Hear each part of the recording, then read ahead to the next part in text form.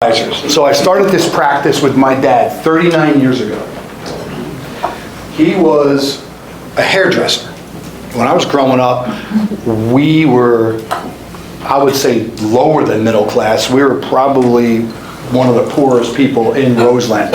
There were 6 of us living in a house in Roseland with 1 bathroom, 4 kids and a mother and father. My dad was a hairdresser.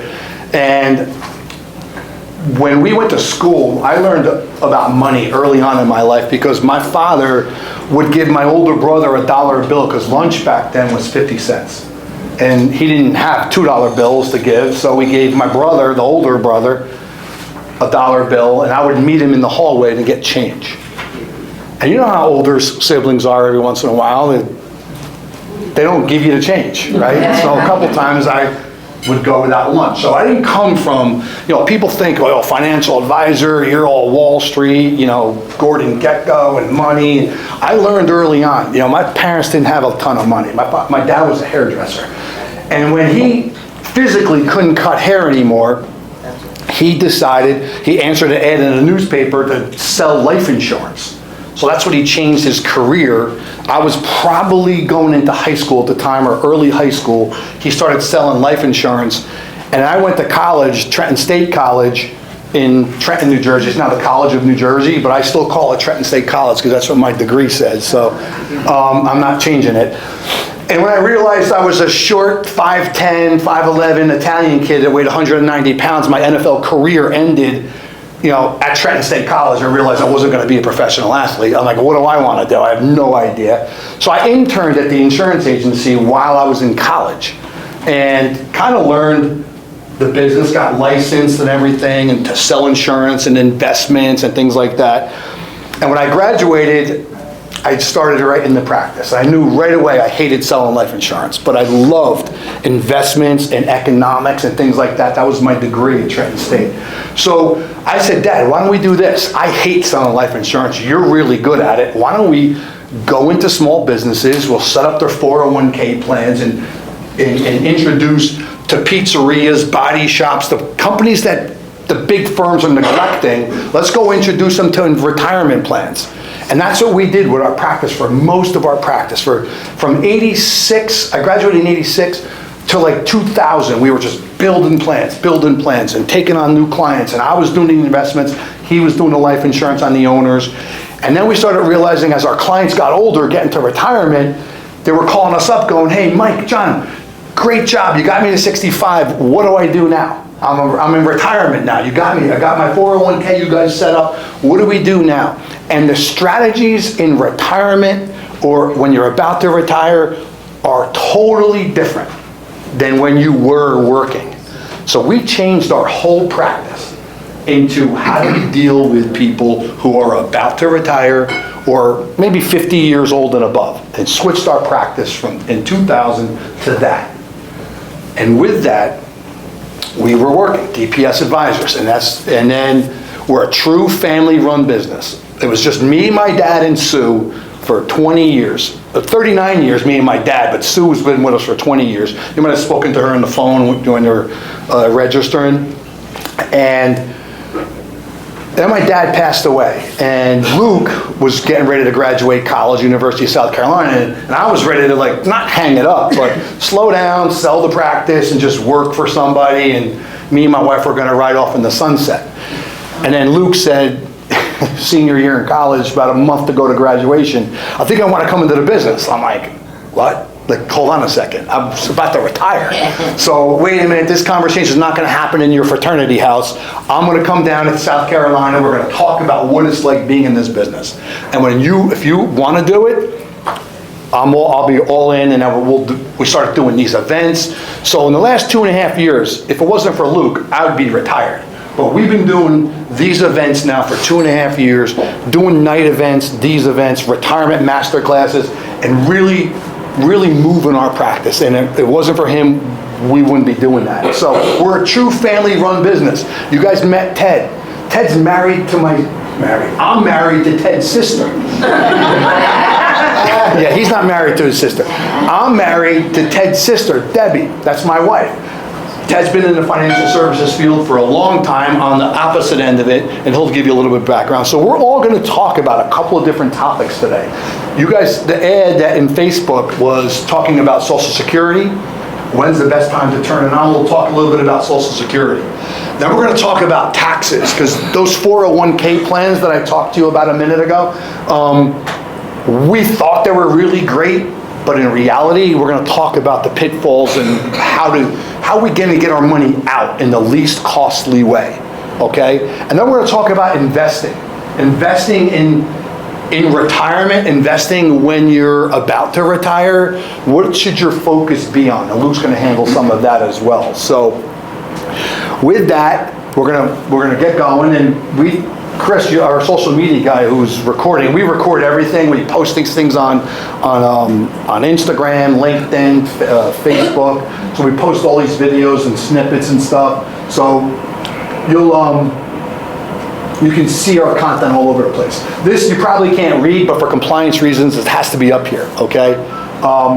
It's basically telling you that anything we talk about today is not specific to you, so do not make any financial decisions based on what you hear today. What you hear today is going to be about, hey, these guys are talking about topics that really mean something to me or have importance to me, and maybe I want to go meet with them or have them come meet with us in a stress-free environment and talk to them a little bit more about what they're talking about. And then we'll get more specific about your own situation when we're meeting one-on-one. In the room today, we have actual clients of ours who 2 months ago sat in this same room, except it was in Parsippany in the Seasons 52, Reka and Raina, and they became clients of ours. They sat at your table, listened to what we talked about, and took the initiative, which is not easy to do, and we understand that. Came into our office, met with us, showed us what was going on in their financial life, and we talked about how we can help and maybe improve upon that, and they're clients of ours. And that's how we get clients here. That's one way.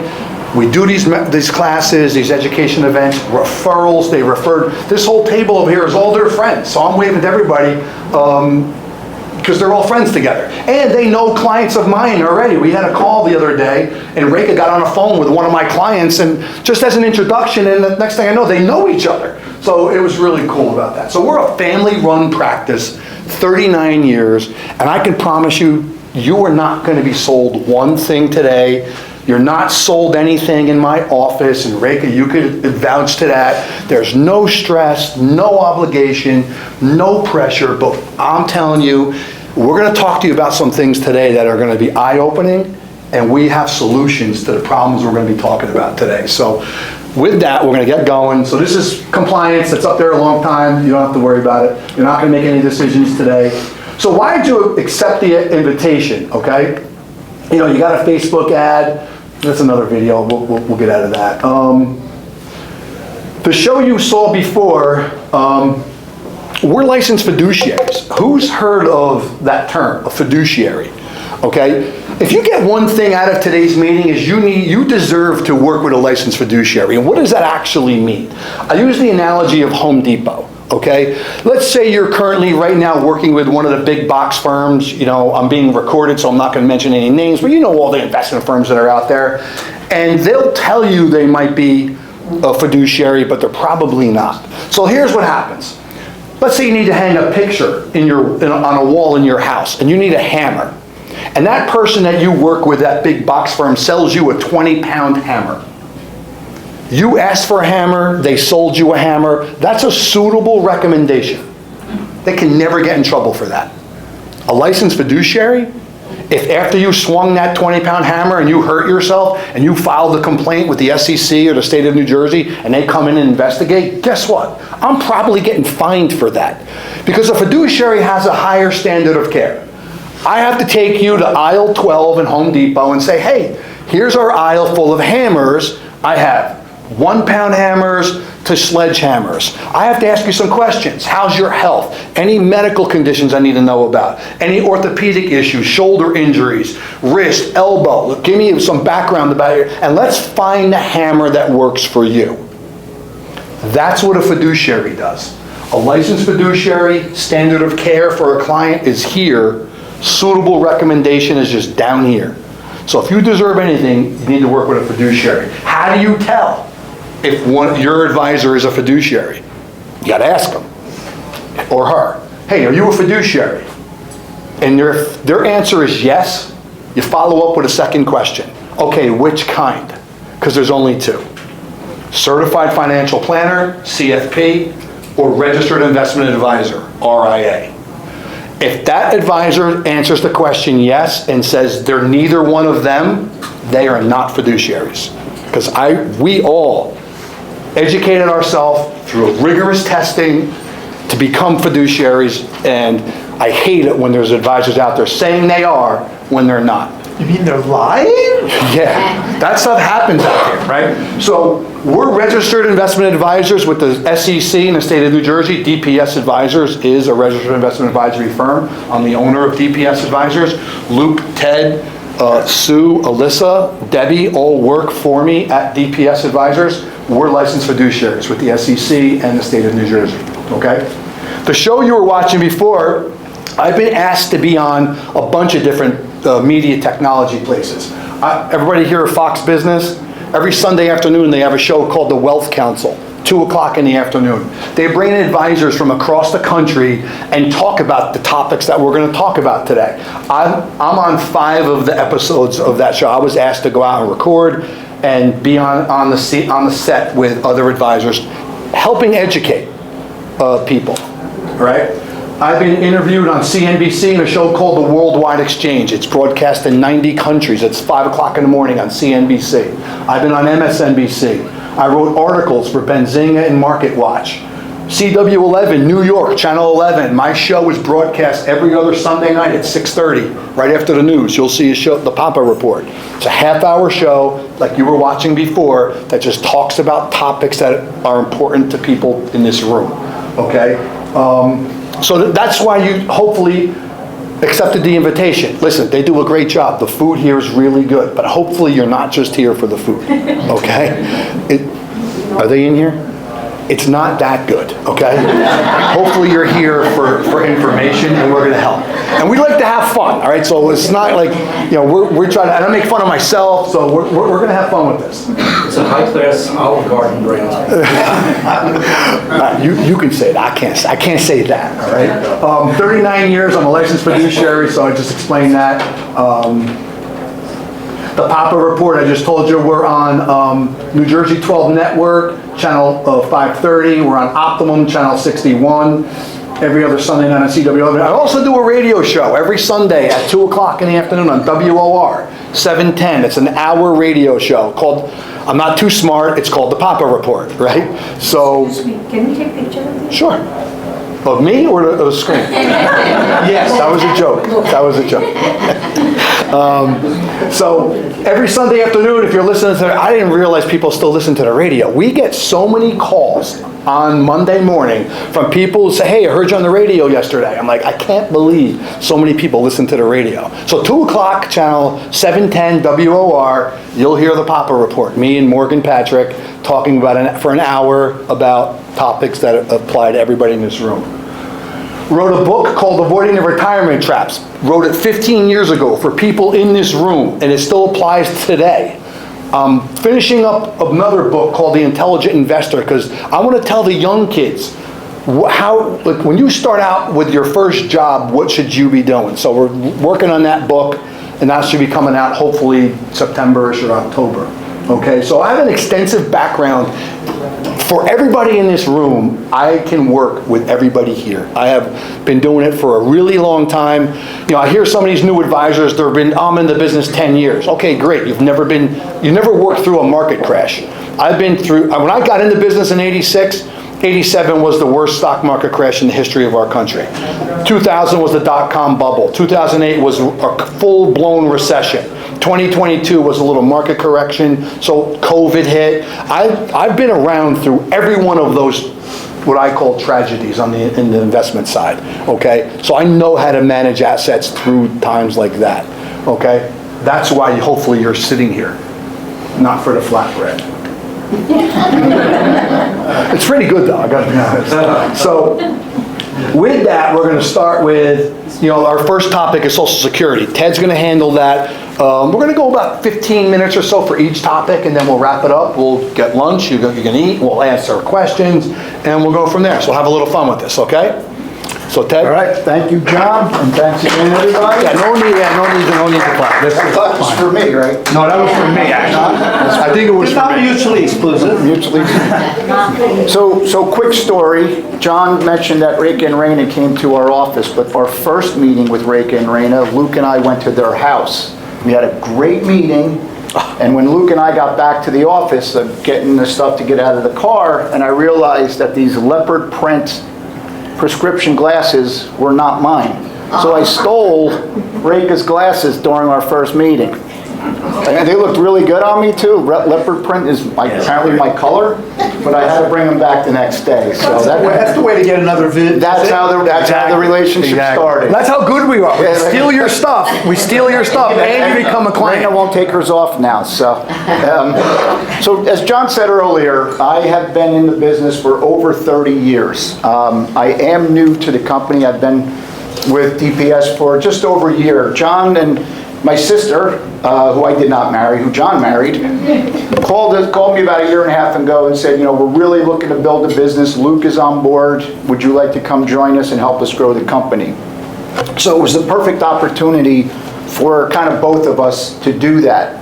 But as the new guy to the firm, I am the one that they asked to talk about Social Security. I kind of draw the short straw. And the topic is a great topic. It's very interesting. It's something that's very important to everybody in this room. But when you understand that there are over 2,700 rules that govern Social Security, and there are over 9,000 different ways that a married couple can file for Social Security, John gives me 20 minutes to talk about it. 15 minutes to talk about 2,700 rules and 9,000 ways to file. So wish me luck. With all of those numbers, though, the real question, people ask us two questions, is, will Social Security be there when I need it? And the answer to that question is, yes, but. And the second question is, when is the best time for me to file for Social Security? And the answer to that question is, it depends. So you get yes, but, and it depends to the two most important questions that you have. All right, so a lot of concrete evidence, concrete information today.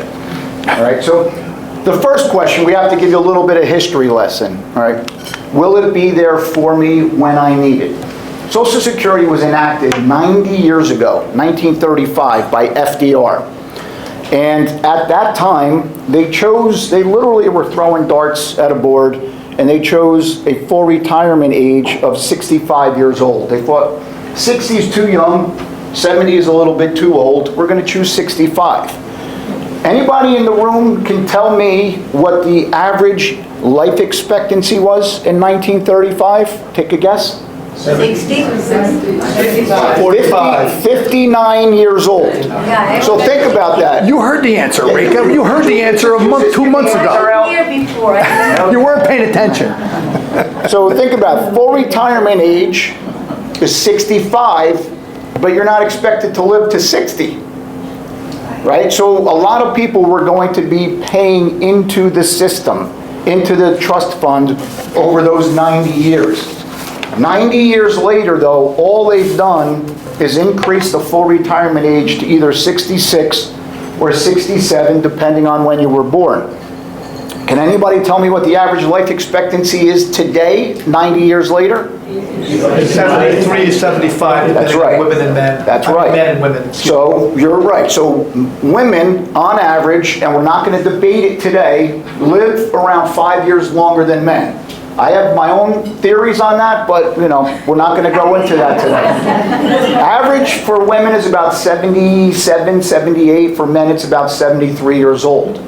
Right? So you think about it, right? You've got the baby boomers, right? You've got Generation X and you've got Generation Y. That last year alone, 70 million people collected Social Security. So by the time 2032, for the first time in the history of the country, there are going to be more people who are 65 years and older than 18 and younger.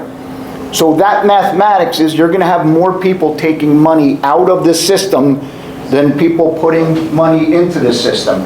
We have a few young people in the room today. We have handsome young Luke, here's one of them. Luke is the guy who's going to be paying into Social Security while we're all collecting, right? How many people in the room are here and Luke's funding all of our retirements, all right? Two over there. Keep on working hard. All right? So keep working, Luke. No vacation. So Start putting more, okay? Start putting more. So the trust fund is being spent, right? So there are a few things Congress can do, right? They can raise the full retirement age. Would I be surprised if at some point Congress said, you know what, full retirement age is now going to be 70 instead of 66 or 67 for young people? That would not surprise me. If you look here, there's a Social Security wage tax, right? And in 2024, that was 168,000 and some change. 2025 for this year, it's 176,000 and change. What that means is if you make $1 million, $2 million, right, for Social Security purposes, they're only taxing you up to a maximum income at that level. So could they continue to raise the Social Security wage tax? They could certainly do it. Now, if you look at your if you look at your pay stub, right, you'll see Social Security tax, or some people it's called FICA. People are often wondering, like, who's the FICA guy that I'm giving 6.25% of my paycheck to? FICA is the Federal Insurance Contribution Act. Could they potentially raise the 6.25%? I don't know if that's a winning strategy, but it's something that potentially they could do, right? So if they don't do anything, right, people are still going to be paying into the system. The trust fund is going down. By 2020, 2034, 2035, depending on whose estimates you talk about, it could be that the trust fund is depleted, and at that point, you're going to get about 80% of what you should have gotten from Social Security if Congress doesn't act on it. All right, so it's something that you need to prepare for, because as you can imagine, between now and then, the prices of everything are going to go up.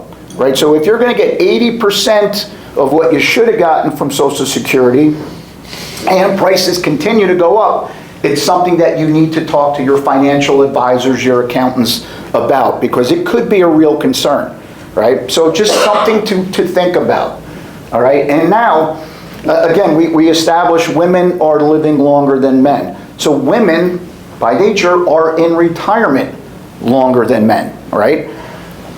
The statistics are showing Social Security was meant to kind of make up for about 40% of your income.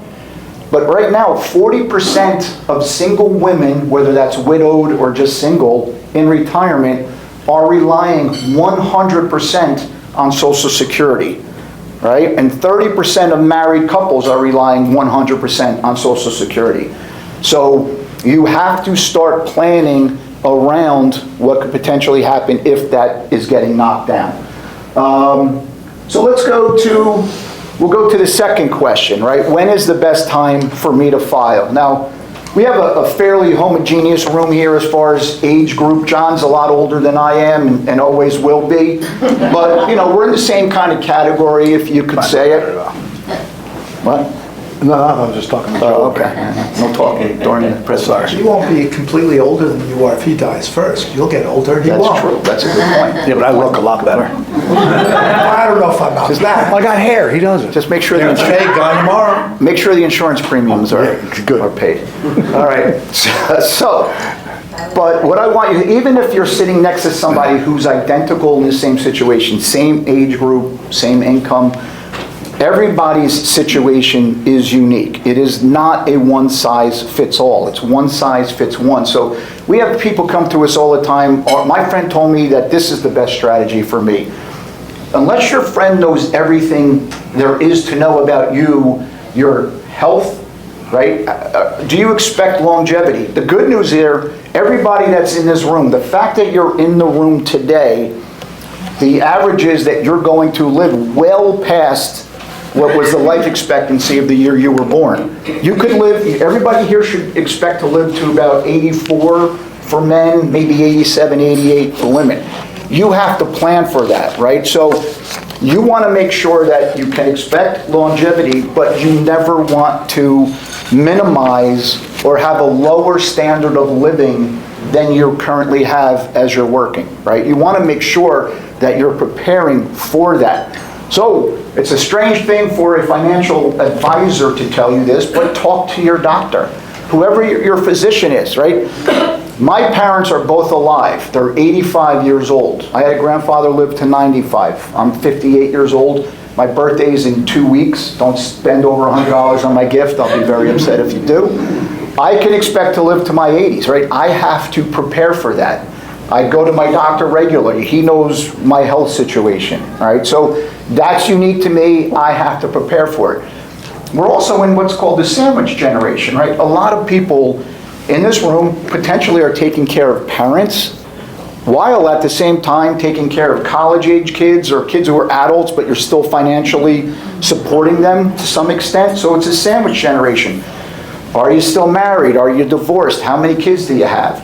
Do you have enough income coming in from pensions or IRAs or 401ks that the assets you have, your main concern is to leave it to your next generation, your grandchildren? Or do you want to spend every dime that you have the last day that you're on earth, right? So everyone's situation is unique. We're going to talk about, if you look at this year, the minimum benefit. Everybody knows here that you can take Social Security at 62 years old, right? Then you have what's called the full retirement age, and then you have the age of 70 right now, right?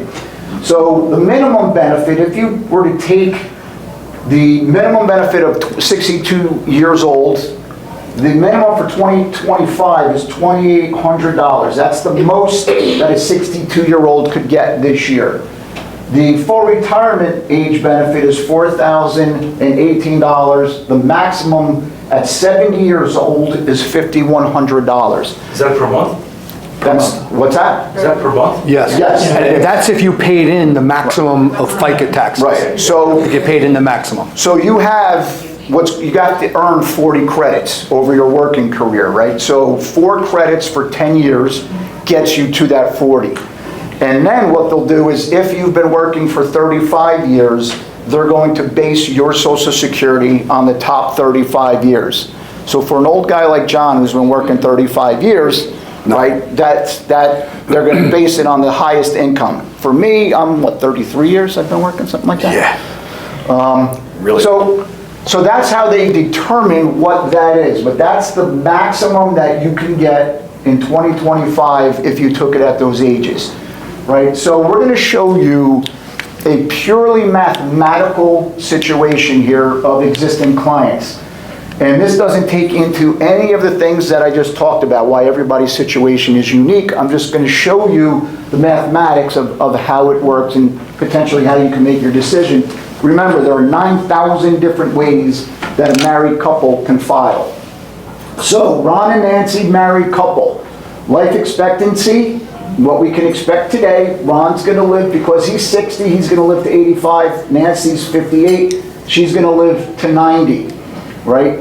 If they both start their benefits at the age of 62, pure math, their cumulative value of the benefits that they will get by the time they both pass away is $1.65 million. Okay? If, however, they wait until their full retirement age, which is 67, you'll see that their monthly benefit increases dramatically from $1,900 to $3,000 for Ron, from $1,400 to $2,200 for Nancy, right? So the cumulative benefits then are $1.9 million. It's about $280,000 difference. And again, they both die at the same age, all right? Now, if they wait until they're 70 years old, Ron's monthly benefit during that whole time would be $3,792. Nancy would be up to $2,800. Cumulative value of $2.1 million. So even though they waited 8 years longer to start to collect Social Security. Because the monthly benefit is so much higher, they would, you're almost at $300,000, $400,000 they would have made over the course of that time. So again, pure math. Everybody, I hope you know that if you wait from your full retirement age to the age of 70, each of those 3 or 4 years, depending on what your full retirement age is, you get an 8% bump, right? You get retirement, you get delayed credits, all right, of 8%. So again, if you need the money and you can't wait to retire, wait till your full retirement age or 70, then your situation is unique to you. But if you can, from a mathematics perspective, you will gain more money having waited to the age of 70. All right, so again, I think my 15 minutes is up. You're actually way over. Way over? Way over. Okay, sorry. Way over. How much do you know, how do you know how much he weighs? No, he's Way over. Way over. I see what they eat for lunch. So yeah, there's a lot I want to continue, but John's going to talk next. Thank you. Yeah. Absolutely. Well, and Again, we like to have fun with this stuff. questions, when we're done, we'll be in the room answering questions that you may have, okay? Okay, show of hands. Who has, we're gonna talk about taxes. Taxes on qualified plans. Who has a 401k, IRA, 403b, 457? You put money away into a retirement plan for later on. Who has one of them? Show of hands. Show of hands. Everybody in this room worked for a company, you put money in. Did you do your own IRA investing? Yeah. Okay, so everybody has, except for him, has some sort of retirement plan, right? Okay? How many people have talked to their accountant or talked to their financial advisor to say, hey, how do I make sure I pay the least amount of taxes on these qualified plans and IRAs and 401ks and 403bs? By a show of hands, who meets with their accountant in September, October to try and figure out, first of all, are there any accountants in the room, CPAs? Do you do individual taxes? Are you meeting with clients on a regular basis talking about tax reduction strategies? When they ask me. Yeah. When they ask you, right? Yeah. Because they're so busy doing returns and we beat them up on, I want to pay the least amount of taxes this year, not looking at the big picture. So we're going to go over some big picture numbers today and what are some ideas on how to get the money out of these qualified plans. But first we need to understand what the problem actually is, right? Qualified plans are called tax deferred accounts. Let's think about this logically. And I did this, I told you earlier in my career, I was going to small businesses and setting up these 401. I was part of the problem, okay? I'd come into your company and say, hey, put some money away, you're gonna get a current year tax deduction, and you're gonna pay the taxes later, we're gonna tax defer it till later on when you're in a lower tax bracket. Who's heard that statement before? Everybody in this room, because we gave them to everybody. But what we didn't tell you is, we have no idea what the tax rates are gonna be when you take the money out 30, 40, 50 years down the road. So imagine if I came into your office and said, I got this great new plan. I want you to put your money away. There's going to be no cost while you're saving. You're actually going to get a deduction for your contribution. But whatever that pot of money you grow your pot to, $1 million, $1.5 million, I don't know what it's going to cost to get your money out. Who's investing in that plan? Every one of you are. That's a 401k, that's an IRA, that's a 403b. We have no idea what the tax rates are going to be 5, 10, 15 years down the road. Our country today, I just looked it up this morning. You guys can go on usdebtclock.org and don't look at it long because the numbers are spinning so fast, you get a headache. We're almost $37 trillion in debt, our country, right? It's horrible. Our country doesn't make any products to make a profit to lower our debt. The only way our country raises revenue is through taxation. So when politicians want to get reelected, they talk about taxing the rich, right? The top 1%ers. Well, everybody who has a 401k, IRA, all those things, you guys are the rich, and we're not rich. We just saved and worked our whole life and saved a lot of money, and it grew, but we're not rich, but You think Congress will pass a bill to tax the people with the 401ks? Because how much money you think is sitting in these accounts right now that's been untaxed, and Congress knows about it? How much money you think is sitting in qualified plans? Over $40 trillion that's never been taxed. So you don't think that at the stroke of a pen, Congress can say, hey, wait a minute, we're going to add a third tax to the tax bill. Who remembers in the late 80s, early in my career, if you took money out of an IRA, you paid federal income taxes, state income taxes, and there was an excise tax. There was an excise tax in the late 80s. It got done, Congress did away with it in the early 90s. Stroke of a pen, we're $37 trillion in debt. That can happen.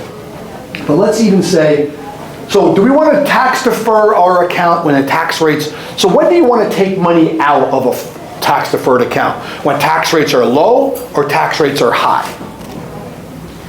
You want to take them out when they're low, right? Yeah. That's right now. We're in the lowest tax rate environment, I believe, for the rest of our lives. Definitely for Luke and Raina. The kids are not touching theirs for 30, 40 years. Tax rates are going to have to go up. Who remembers Ronald Reagan? Ronald Reagan what was he before president and governor? He was an actor. He was an actor. Yeah. In the late 30s, he did a cowboy film, and he made $1 million. You know how much he paid in federal taxes on that $1 million salary in 1938 or 40? $900,000. The highest tax rate in 1939 was 90%. He paid $900,000. So tax rates are probably going to go up, right? So let's talk a little bit about what the problem is, okay? Mr. Sir, you're a CPA. Do you think, I talk to CPAs, I work with them a lot. Do you think tax rates in the next 5, 10, 20 years will be going higher? They have to. They have to. These administrations keep borrowing money. Right, so regardless, we're not political, but regardless, Democrats, Republicans, Oh, it's terrible. it's terrible. Tax rates are gonna have to go up, right? You agree? I agree. So if that's the case, then why aren't we talking with our current people, our current CPAs, our current financial advisors on how to do tax reduction strategies? Right? That's what we do at DPS Advisors. We meet with our clients on a regular basis, okay? I'm going to explain to you a little bit of the problem first. In fact, it's so important, because almost everybody has one of these accounts, that we created a website. So it's the second thing, if you get out of this today, anything out of this today, dpstaxbill.com. Write that down, go to it. If you have a 401k, IRA, go to that website, plug in some general information, the amount that's in, no one sees it but us.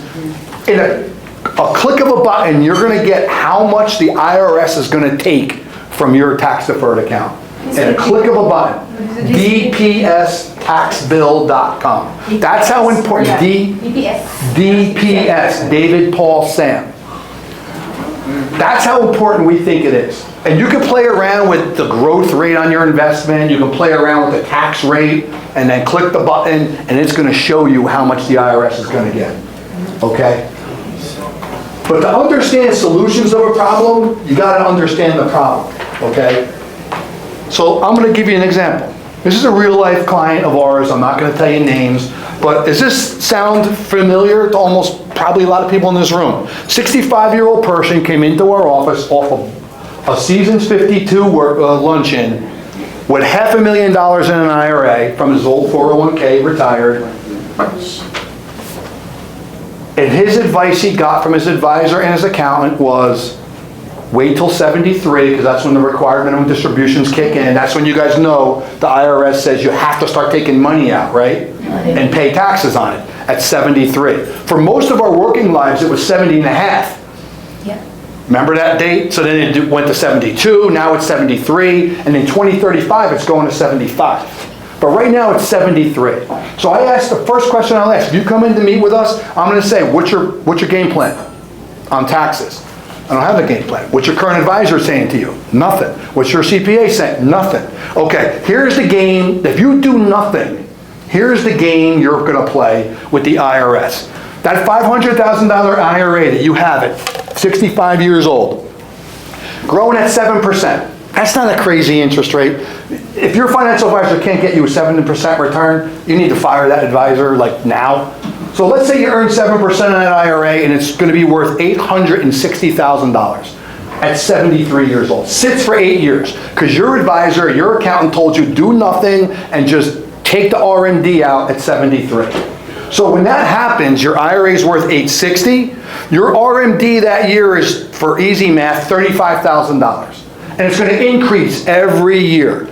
$35,000, $37,000, $39,000, $42,000, $45,000, $48,000, $52,000. And if you live to age 90, you would have pulled out $1,100,000 in distributions from that IRA. And you would have paid income taxes on every dollar of it. And let's not change the tax brackets. Even though our CPA says he thinks they're going to go up, I think they're going to go up. Every accountant I talk to thinks they're going up. But let's say they don't go up. 24% federal tax rate. You're going to pay $265,000 in income taxes on those distributions. Does that make sense? Pretty easy math equation, right? The story doesn't end. There's still $1 million left in that IRA when you die at 90. That's going to go down to your kids and grandkids or charity or whatever, your kids and grandkids or whoever you want to name as a beneficiary, that now they have to pay taxes on. So when your children inherit that $1 million IRA, it used to be they could take the $1 million IRA, they have to open up a beneficiary IRA, and they could take the distributions out every year for the rest of their lives. Well, that changed 2 years ago. It's now a 10-year period. So think about this. Your son or daughter inherits your $1 million IRA when you die, probably in their prime working years, making the prime income of their lifetime, and they now have to take out over a 10-year period, your $1 million IRA, $100,000 a year for that 10-year period. Added to their current income, that's going to pop them into a way higher tax bracket. So let's say that bumps them into not even a crazy higher tax bracket. Let's just say 30%. Your kids are going to pay $310,000 in income taxes on your inherited IRA. So on your IRA that's 65 years old and your advisor and accountant said don't do anything, your family is going to pay $575,000 in income taxes on those distributions. If you do nothing, that's your plan. What if I can tell you that there's a way I can show you how to get the same amount of distributions, $35,000, $37,000, $39,000, $42,000. Then when you die at 90, pass on $1 million to your kids and grandkids. But instead of paying $575,000 in taxes that you and your family are going to pay, we're only going to pay $150,000. So if I presented to you both tax bills, $575 or $150, same distributions, which plan you're going to take? I haven't found one person say they're going to pay $575. Those strategies are out there. If you're not doing tax planning strategy, everybody in this room except for this gentleman here said they have a tax deferred account. Everybody in this room should be saying, I want to do an analysis on how do I reduce my taxes on my IRAs and 401ks. How do we do tax planning strategies? Okay, they're out there. We do them every day. Every day we do them, okay? But if you're not, like this gentleman said, the CPA, if clients ask. That's the way most CPAs work. And no knock on the CPA. They're busy doing hundreds and hundreds of taxes returns for the year. They don't have time to do that. I get it. And we beat up on them to pay the least amount this year. Well, I'm not going to tell you to do that. I'm going to say, hey, you might want to pay a little more this year, but the big picture, we're going to save hundreds of thousands of dollars in the big picture. Nobody's doing that. Any current financial advisor you're working with telling you this kind of stuff? Anybody? You came to a lunch at Seasons 52 in Paramus on a 90-degree beautiful day to hear some short, fat Italian guy say, there are options.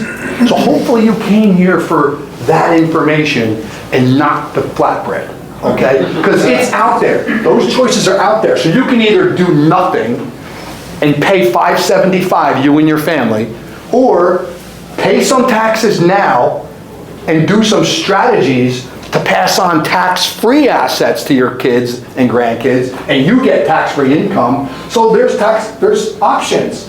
Contribute to younger kids today, instead of going into regular 401k, that's why I wrote the new book. You guys should be investing in Roth IRAs, Roth 401ks. Forget the regular 401k. You don't want the current year tax deduction. Because if you get a current year tax deduction, they're going to take taxes later. We don't want that. So if you have Roth accounts, I don't care what the tax rates are 30 years from now. I didn't piss you off, right? You're not? No, I'm just going to the men's room, too much Okay. coffee. All right. It would be. He likes flatbread. I hate to beat up on accounts. I really would have beat up on him a lot more, but he's here, so I couldn't say anything. They don't talk about tax planning strategies. You can get an H&R Block and get the same thing. All right? So tax planning strategies is what we do. So if you have an interest in that, jot it down on your sheet of paper, okay? Because there are things you can do. And listen, like I told you before, I'm doing this a long time, 39 years, dealing with older people like this. What's the one thing you guys don't like doing? Change. You hate change. I'm not dumb, I know that. I've sat in thousands of meetings and sat with people and showed them solutions, and they don't change. I get it. And so, but my job is that we built this model back in the day with me and my dad, educate and empower people so they can make better decisions with their hard-earned money. So if you meet with us and I show you solutions where you're gonna pay only $150 instead of $575, and you decide to stay and pay the $575, I'm gonna say, hey, good luck, I did my job, I educated you, hopefully you'll make a better decision. And if you don't, that's great. I'm not going to yell at you or whatever. There's no stress when you work with us. We like to have fun. She knows. We like to have fun with our clients. No stress, no obligation. So if you have one of those things, that everyone has one except for him. I don't know what he's doing, but you got to be saving for retirement. Hopefully you have that. We can find you some solutions on how to reduce the taxes. So write that down as something you'd want to talk to us about. So we're going to spend, I know we're kind of running a little bit late because Ted was way too long on Social Security. We're supposed to leave you with 15 minutes and leave Luke's you going with to talk 5 a little bit every about time. investing in the markets. I will talk really quick about inflation.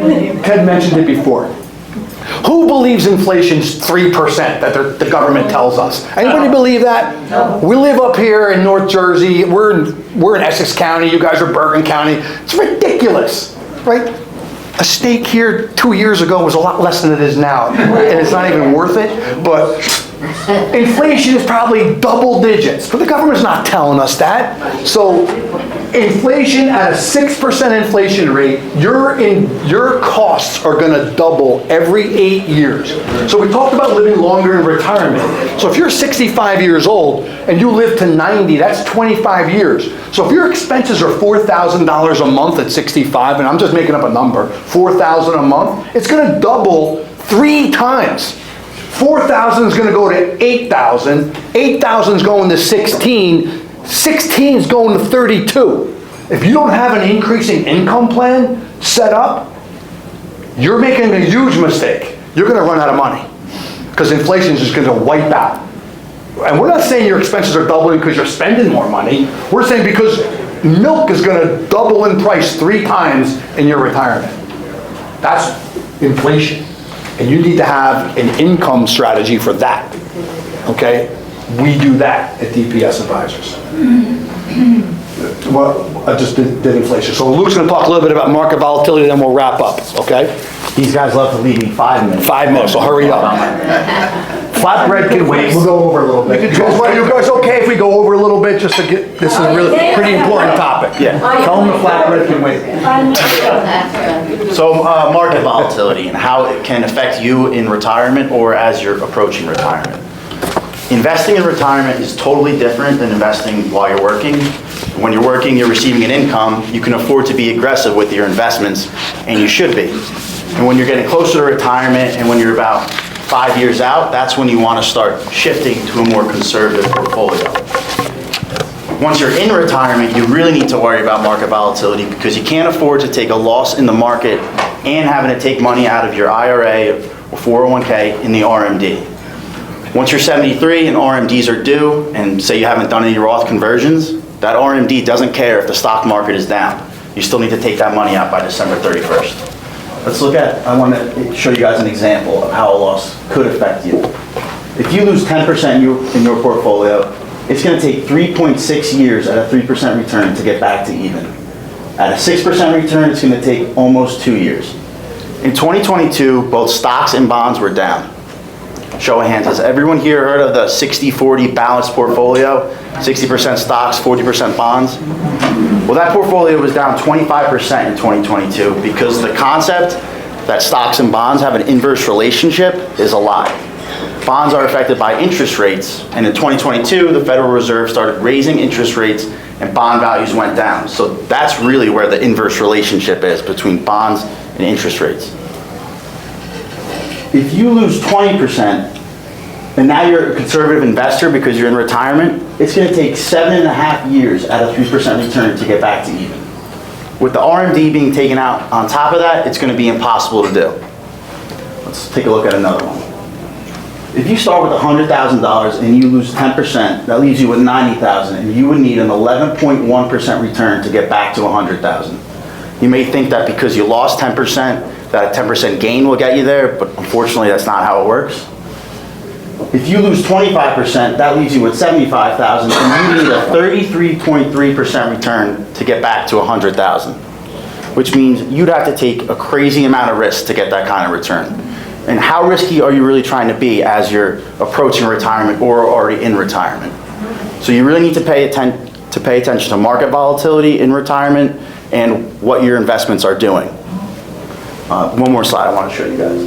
I know this one is tougher to see, but this is showing a $1 million IRA from 2000 to 2009 with 4% distributions taken out and sustaining market loss.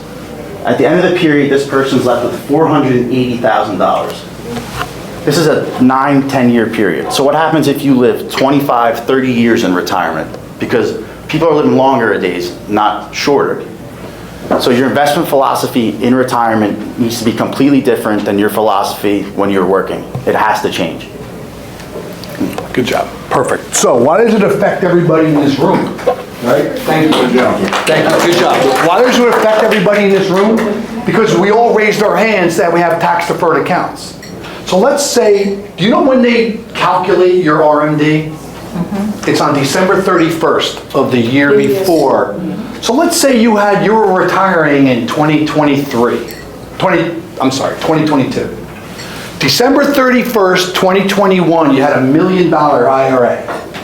That was 60-40 split, that balanced portfolio, because your advisor said you're going to be safe there. You know, if stocks go down, you're going to have bonds, so your portfolio's not going to go down. But in 2022, that bond portfolio went down 25% as well, because what did the Federal Reserve do? They raised interest rates. See, in 2008, when we went through that recession, government lowered interest rates to zero, and you remember your CDs earn nothing, your savings accounts earn nothing, and they kept rates at zero for 15 years, artificially. They should never have done that, okay? They ruined the inflationary effect on our money because they kept the markets down, the interest rates down to pump the stock market up. We should have raised rates a year or two after the recession was over, not waited 15 years. So 2021, December 31st, you have $1 million IRA, you're retiring, thank God, I'm done, worked 40 years, I got 30 years to go, I'm good. Taking a little bit of money out, my RMD, and that's it. Your $1 million portfolio, your RMD that year is $40,000. You have to take out $40,000. Doesn't matter what's going on in the stock market or the world. You have your money still sitting in the same investments, that 60-40 portfolio.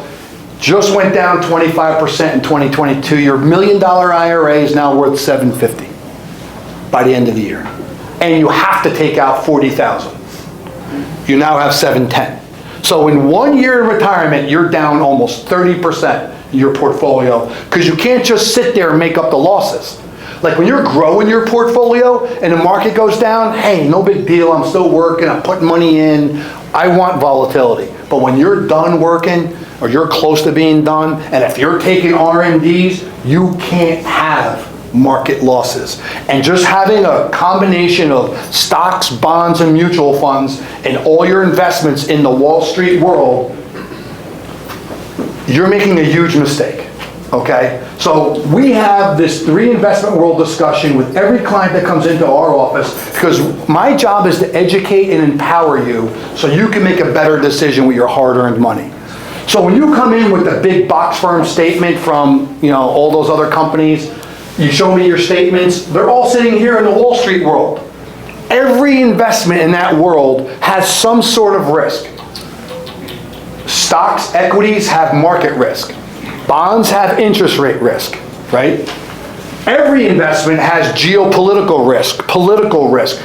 Things happen in the other side of the world, it affects our stock market, and your 401k is going down for something that has nothing to do with the United States. So if you come in here, if you come to me and see us in our office, or we come see you at your house, and so Paramus office is open, and you have just one big box firm statement, you're in the third investment world. Okay, what we'll do is talk to you about how do we put some money in safe money investments. Investments that can't go down when the market goes down. Some of your money should be allocated to those sort of options. And depending on how old you are and how close you are to doing distributions, more money gets moved safely. So we'll have this reinvestment world discussion. We'll talk about what banks do, because we feel like banks have a place for an emergency fund. Now, a lot of people, when the markets crashed, older people, what do? You went to cash. You missed the whole rebound of 2023, 24. You missed the rebound because you got scared, you got nervous, you went to cash. Right? Now you moved all your money here. I can't tell you how many people come into our office and are sitting there with $300,000, $400,000 in CDs. Do you want to just make the bank money?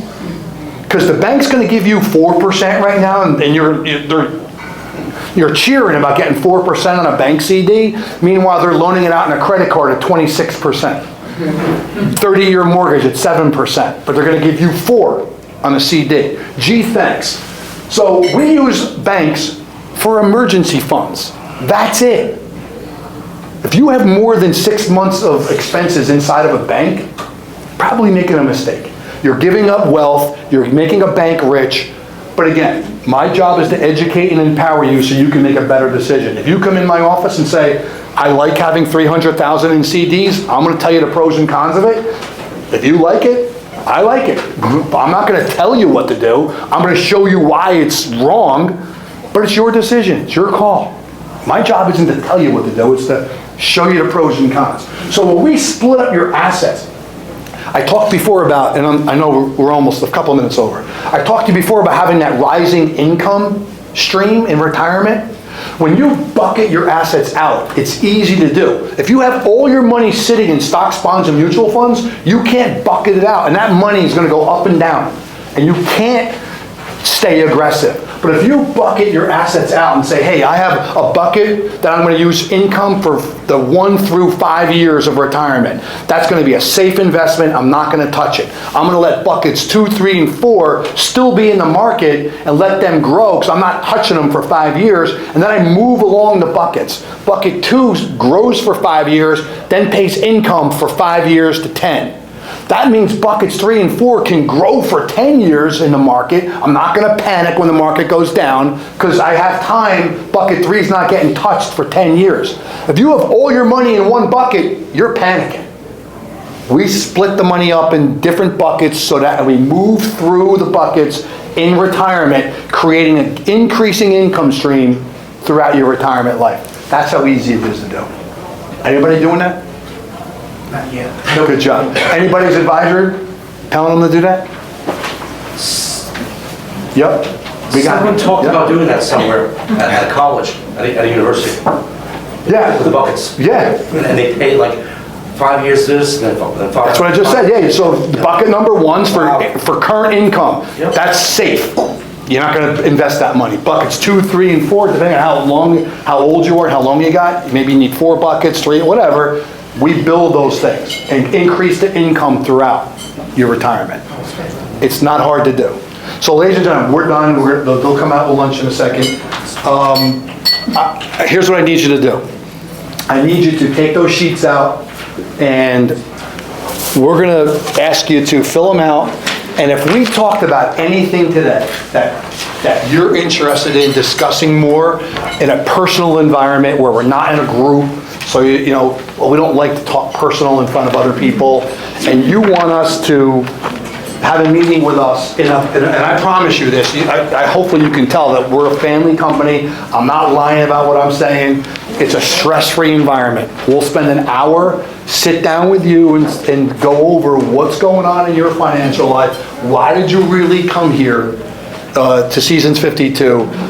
Now, we're building our Paramus office. It's not ready just yet. So if you don't want to make the drive to Roseland, it was 30 minutes for me to get here today. It was not that far. I have clients in Woodcliff Lake.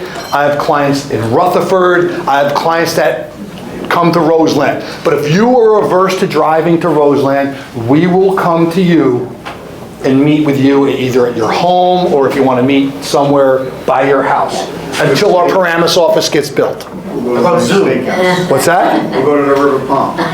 Go to River Palm, on Joe. How about Zoom? We like, yeah, you know what? All right, I'll do a first meeting with Zoom, but after that, I'm a people person. I'm not a good tech guy. So, but yeah, we could do Zoom in the beginning, but for some meetings, and hopefully by the time we meet, our Paramus office will be up and running, we'll meet there. But if you want to meet, and I prefer in person, we'll come to you right now, because we don't have our Paramus office yet. When is the Paramus office going to be? It's going to be, we're thinking by hopefully November-ish. Oh, that's good. Yeah, hope November, December, maybe the latest. Where? Okay? 61 Paramus Road. Oh, wow. So we have a nice, it's a beautiful office building. We're on the first floor. Is that over in Richmond? We're on the first floor. I'm not really sure. 61 Paramus Road, I'm not really sure. What's that? Well, I know, because Travis, I get the whole travel thing. That's why for now, until then, we'll come to you, but we'll come and do that meeting with you guys first. So, we're done. We're gonna need to collect every one of these sheets, so please do not. Sure. Well, thank you, sir. Here, you can take this one. Yeah, you got hers? Okay, perfect. So fill these out if you're interested. Thank you very much, sir. Help them out. We're gonna come around. And now, I'll answer. Anybody have any questions? Ted, these are coming from this table here.